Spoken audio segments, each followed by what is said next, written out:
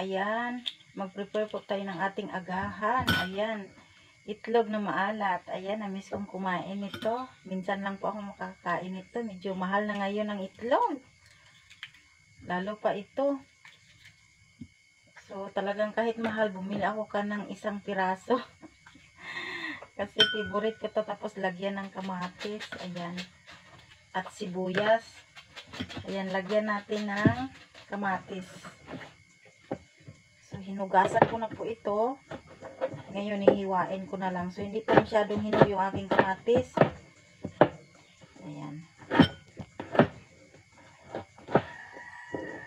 So, malaki lang yung ating paghiwa. Kasi gusto ko yung malaki na paghiwa. Malalasabi yung kamatis. Ayan. Ito na yung pinakagulay natin ngayon. Ay, ang dami kong gagawin mga kalods. Maganda na po yung araw ngayon. Dami kong labahin. So, halos ilang araw din na umuulan lagi. Ang daming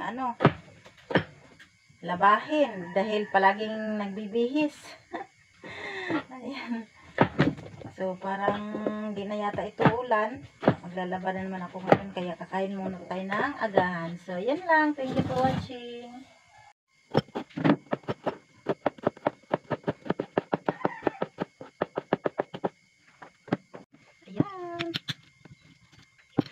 Good morning mga kalods. Ayan, kakain na po tayo ng agahan. Ayan. So, hahaluin natin yung ating itlog na maalat na nilagyan ko ng kamatis at sibuyas. Ayan, sarap. Ayan. Tapos, lagyan natin ng suka. Ayan. So, talagang bumili ako kahapon dahil na-miss kong kumain. So, kain po tayo mga kalods. Magkinamay lang po ako at mayroon po tayong sabaw na tira natin kagabi. Ayan. Thank you Lord sa pagkain. Ayan. So, mapaparami na naman yung kain natin ngayon. Kain po. Yung ulam namin kagabi ay nakabili ako ng buto-buto ng baka. Tapos nilagyan ko ng saging at saging at repolyo. Tapos nilagyan ko ng okra. Ayan, gusto ko yung okra. Biglang naluto na siya. Malambot na.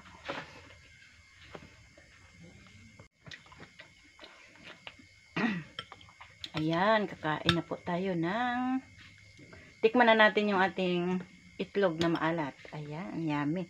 Wow. Sarap.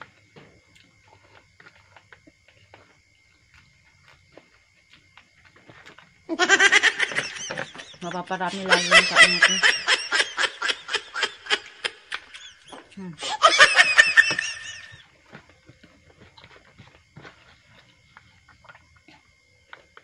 Oh my God!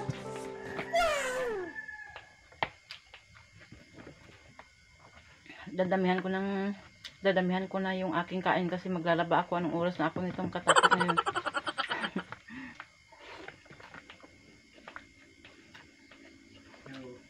Ayan, kain po. So, ayan, may itlog tayo maalat. Pag itong ulam ko ay sold na, no? Sarap.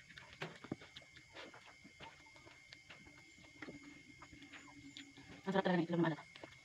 Kahit sa ulam ng pag-ahan, tanghalian at ulam. Hindi ko magkasawa.